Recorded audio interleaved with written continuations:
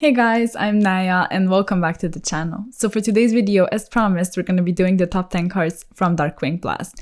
We're just going to get started. If there's anything I have missed or you feel like should be on the list or something that maybe shouldn't be because it's not that great in your opinion, please let me know down in the comments. But before we really get into it, I just want to quickly shout out my patrons: Dudley Reiner, Crimson, Consular, 10, Nude Banner, Jonah Rodriguez, Ariel Kersey, and Roy Air. I'm very much grateful for your guys' support. And if any of you want to support me on Patreon, I would always encourage you to check the link in the description below.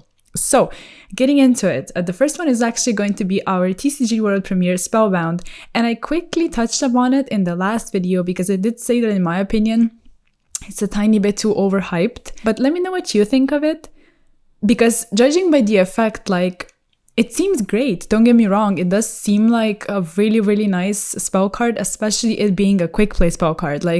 I'm not saying it's not quite busted, but I do think it's a tiny bit too overhyped. Just because it doesn't really make it, you can't use monsters from everywhere else but the field. So the fact that they cannot be tributed is really cool against Flunder. So I would say that's a really cool use for it, because Flunder is just an annoying matchup for a lot of decks, I would say. But I don't know, to me, it just seems like it's not that great because it's only limiting the use of monsters currently on the field. So I might be wrong, it might actually see a lot of play moving forward. I still wanted to include it because just looking at its sheer power, it is probably among the most powerful cards in the set and among the best ones. And of course, since it's a premier card, it's also really interesting. But moving on to the next one is going to be Shatrila Fenrir. Now, I might be pronouncing it wrong because translated, it translates as Kashtira, so that's how we might pronounce it. I'm not quite sure, so please let me know if there's anything more you know about the pronunciation. But yeah, the Fenrir card, basically, if you control no monsters, you can special summon this card from your hand. And then you have the effect that during your main phase, you can add one Shatrila monster from your deck, but it's not limiting for you to be able to add the same copy. So usually cards will say accept and then the name in the things. I don't know what they're called actually, but you know what I mean, quotation marks, I think. So, but this one can actually search itself, so it's not like you need to play a lot of different ones because you play multiple copies of this anyway, probably 2 or 3 if you want to run it, because of its next effect, which is really nice. And basically, when this card declares an attack, or if your opponent activates a monster effect, you can banish one card your opponent controls. And it needs to be a face-up card though, but you do banish it face down. So there's no value off of it if it will get triggered if it gets banished.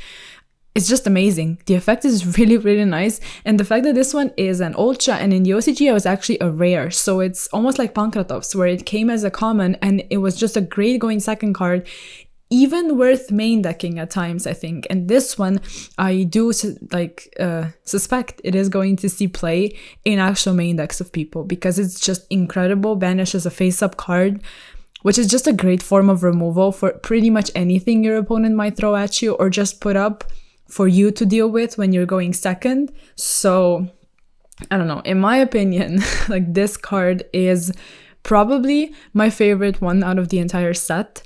So this is saying a lot. I think it's just completely busted. Alright, so the next one is going to be Labyrinth support. Lady Labyrinth of the Silver Castle was quite hyped before Darkwing Blast. Labyrinth players were saying that it's going to be amazing support for the deck. And after reading its effect, I completely agree. So basically, this is just... I love it when a trap deck actually has big bodies of monsters to protect the back row and to protect you, essentially, for you to be able to control the game with your trap cards. Because sometimes it feels like if you don't open that well, you just get overwhelmed by something like a Duster, Lightning Storm, just mass removal. Or sometimes we all know those Altergeist hands where you open 2 Seal Kitties and 3 more monsters. So it's just very unfortunate. But this deck seems like it can play so many different trap cards on top of playing the monsters that actually, yeah, obviously you can break sometimes in every single deck. But when you have monsters with an effect like this, I do think they're really nice because it's just hard to out. If you look at the first effect, when you while you control a set card, this card cannot be targeted or destroyed by your opponent's card effects, and it special summons itself through its procedure in defense position, but it's 2900 attack defense, excuse me. So it's not that easy to get over, and also the attack is 3000. So you legit have this beater on top of other monsters that you utilize in your deck, on top of having the access to a lot of busted trap cards. So I think like Labyrinth, even though it's not going to be like tier 1, I do think it has high potential moving forward. And if we go over the other parts of the effect of this card, basically as a quick effect, it special summons itself in defense position. Like if you activated, I said defense position so weirdly. If you activated the Labyrinth card or effect this turn, or a normal trap card. And then also when a normal trap card is activated, you can again as a quick effect set one other like differently named normal trap card to your field through this card's effect. So it gives you more resources. It's a huge body that's hard to get over, and it's just special summons itself as a quick effect. So it's even not that easy for you to like OTK, because this is like what you would usually want to do against a trap deck. Just win as soon as possible, because if you leave them enough turns, they are going to slow the game down to their pace, and it's really hard for you to win from that point.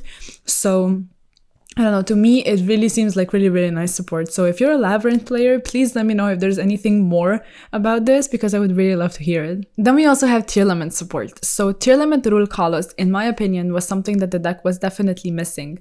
So we could include the spell cards here as well. So I'm only including this one because I specifically wanted to mention it, but please take a look at their spell cards. You have Scream, Grief, and then the third one's name, I can't remember off the top of my head.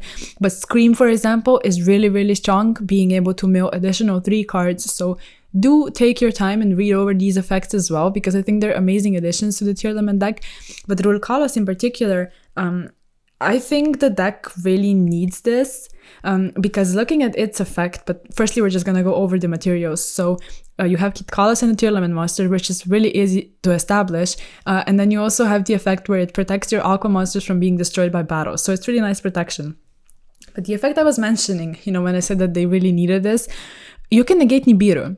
And what I'm saying is that it has the effect when your opponent activates a card or effect that would special summon a monster, you can negate the activation. And then you also need to send a Tearlament card from your hand or face-up field to the grave. But it doesn't say that you can't send itself, so it's essentially just a negation in this one card. And if it's sent to the graveyard by card effect, it can actually special summon itself. So you negate it and you get the recursion where you can use the negate again on your opponent's turn, since it's a quick effect. So I think it's amazing. Like, you being able to be protected from Nibiru like seems a tiny bit too busted even, but Tearlament did struggle with that. And it's not just Nibiru, like there are so many different effects that would special summon a monster. Like, I could just sit here and explain this for like 15 minutes, just talking about cards that do that. So you being able to have access so easily to a negation that powerful, I think it's just an amazing addition to the Tearlament deck, honestly. And then staying on topic of support, we also have Sprite Sprint, which similarly to Elf, needs to use 2 monsters, including a level, rank, or link 2 monster, and cannot be used as link material the turn it's summoned. So, it's amazing. Like, just read through the effect and I'll go over it with you also, because it's busted, not just for Sprite, but for Tearlament as well. So the support is indirectly for Tearlament because its first effect is, but you need to keep in mind that it's like BA monsters once per turn and only one of the effects that turn. So if this card is link summoned, you can send a level 2 monster from your deck to the grave. So for Tearlament, they're able to send Murdley. So it's like, it's just busted in that regard. But then the second effect, which you can't use on the same turn, it says that if a monster is special summoned, you can actually bounce your opponent's monster. You need to be able to detach an Xyz material from an Xyz you control, which is quite easy to establish in like a Sprite deck, which this card should be meant for. But yeah, you have like just a free bounce effect in this card. Like, Sprite did lose a lot with Ronin Totem, and the fact that you're able to send the monster to the grave that you can later revive with Elf is like insanely busted. So if you're maybe cut off from the Sprite engine, or you didn't get to Gigantic yet to access some of your stuff, you can always just send something, revive it, and continue playing. So I do think after this support, like, Sprite is going to be much better, and like Tearlament gets boosted with this one as well. So I don't know, the Sprite generic links just shouldn't be that generic, probably. So the next one we actually discussed already in my Bisted introduction video, or Bistio as they're going to be called right now, and it's Wallow, founder of the Judge Dragons. So it used to have a different name, but this one's really cool as well. And just quickly going the effect once more in case you haven't seen it in my Bisted introduction video. It basically needs to use 2+ level 6 monsters, so that's why I'm including it in this video, because it's actually generic, even though it works in tandem with the Bisted stuff probably best right now, because there's not many decks with level 6 monsters. Like something like Virtual World would come to mind if this is like something you want to use. It's probably not a bad idea, because the effect is that monsters you control gain 100 attack and defense for each card in your opponent's grave. So that's like the first effect, which is busted in itself.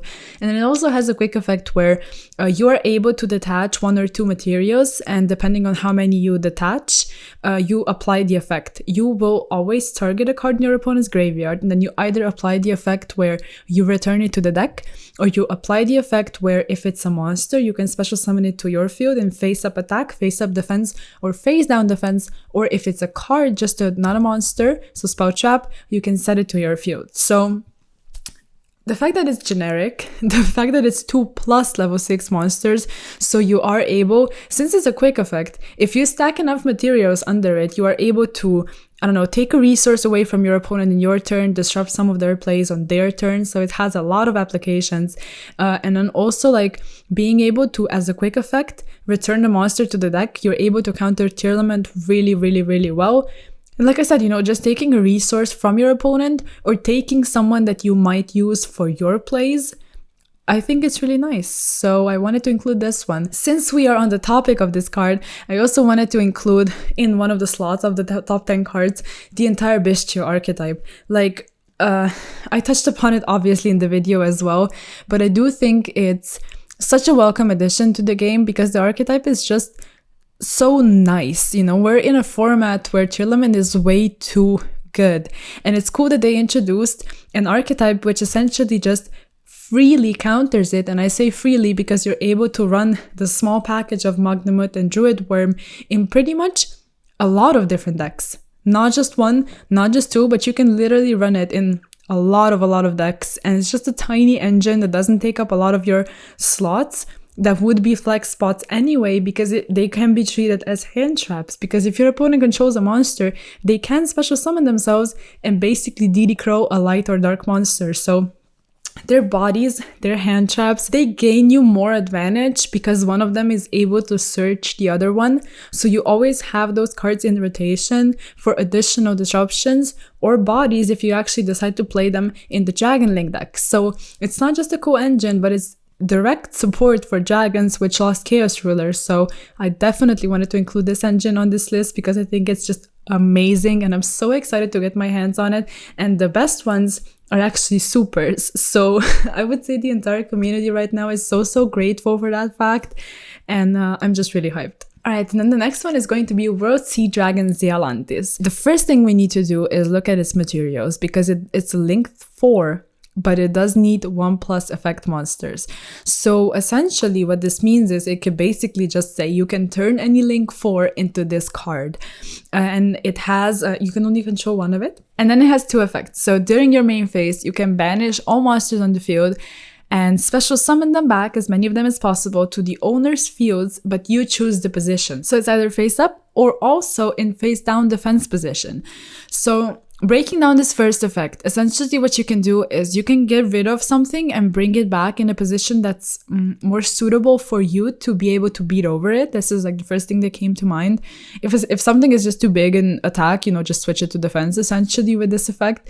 And then the other cool thing is the fact that you're able to bring back something, so banish it and bring it back, if it has a soft once per turn effect. So when cards say just once per turn, not once per turn, per the card's name, if you manage to bring it back, you can utilize the effect again. So that's also really nice. So it's not just a board breaking card, although it will probably be used in that way, because during the battle phase you can destroy cards on the field up to the number of co-linked monsters on the field. It's not targeting, so you can just pop probably up to 2 or 3 cards each time, because it's not that hard to co-link this card with something like Unicorn, which is a generic link almost all of us play, or just other cards as well. You know, if you put something in the extra monster zone, put this one under it and maybe unicorn next to it. Like, co-linking is not that hard, so you are able to destroy 2 or 3 cards at least. And I also wanted to mention that I love the fact that they use this co-linking part of the effect, because for the most part we've been so focused on fusions and synchros in the last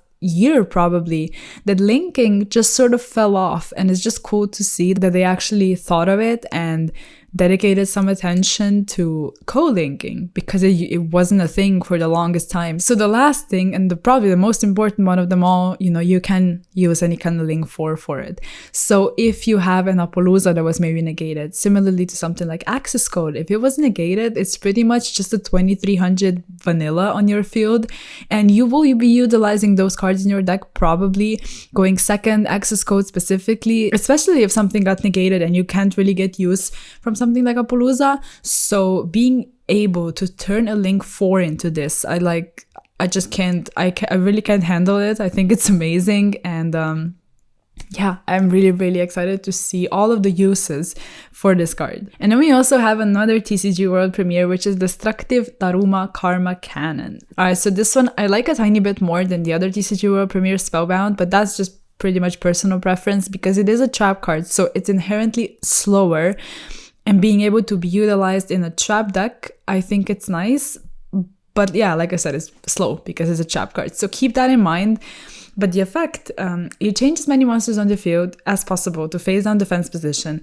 Then, if there are still face-up monsters on the field, you make your opponent send all face-up monsters on the field they control to the graveyard. So essentially what this means is you flip as many as possible face down, which needs to be at least 1, because the effect says then, and because it says then, you can't apply the second part of the effect if the first one is not satisfied, basically.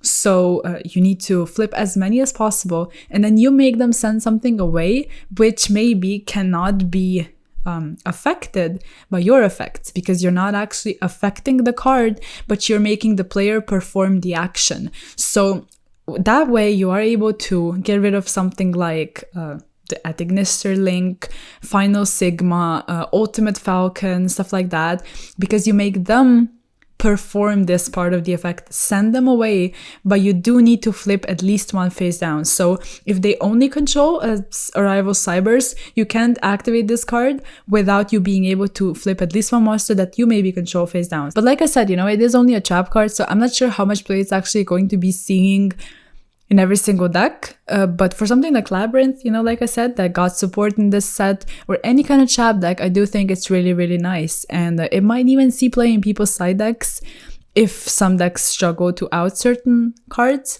So I did want to mention it because I do think it has a lot of potential. And as for the last thing on this list, I just wanted to mention Blackwing support. Like, there might be some other better cards in this set, and like I said, let me know if there's anything that you're looking forward to, but I couldn't end this video without mentioning Blackwing. I think the fact that they got support is incredible, and specifically I wanted to bring up the Blackwinged Assault Dragon. It is the cover monster, and also because it's Blackwinged Assault Dragon and its effect naturally ties into the Blackwinged Dragon, it's also so cool because the Blackwinged Dragon is such a cool part of the Blackwing archetype. And what this card does is basically, first of all, it's a level 10 synchro, and it needs to use a tuner synchro monsters +1 non-tuner monsters, but it could be special summoned by banishing a tuner synchro monster and Blackwinged Dragon from your field and or graveyard. It needs to be face up though, but it is another way to special summon this card. And then it has an effect where, similarly to something like Masquerade, it will burn your opponent 700, but only each time your opponent activates a monster effect. So when it resolves, you will place a black feather counter on this card, which I think is so cool, and then you burn them for 700. So like, you basically gather those black feather counters with your opponent activating monster effects, which they need to do. You burn them as well, and then you destroy all of their cards and all of your cards as well. But like, if you use this properly, I do think your opponent can't really recover. So I just wanted to mention this on top of all of the other Blackwing support because I do think it's just incredible and it's just so cool to see. And I'll see if I'll maybe like get into it and do the introduction to all of the support, or maybe find some combos or stuff like that. Like, let me know if that's something you would be interested in, because I would love to do. I'm really hyped for this. And yeah, I guess with this, we're going to be rounding this video off. If you liked it, of course, like it. Let me know everything that you think about the set in the comments down below. Sub to the channel, check out all the social media, and I'll see you in the next one. Peace!